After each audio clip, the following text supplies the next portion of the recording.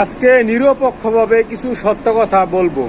বাংলাদেশ যদিও 90% মুসলমানের দেশ, বাংলাদেশে কোনো খাঁটি ইসলামিক দল নাই। কথাটা শুনতে অবাক লাগবে।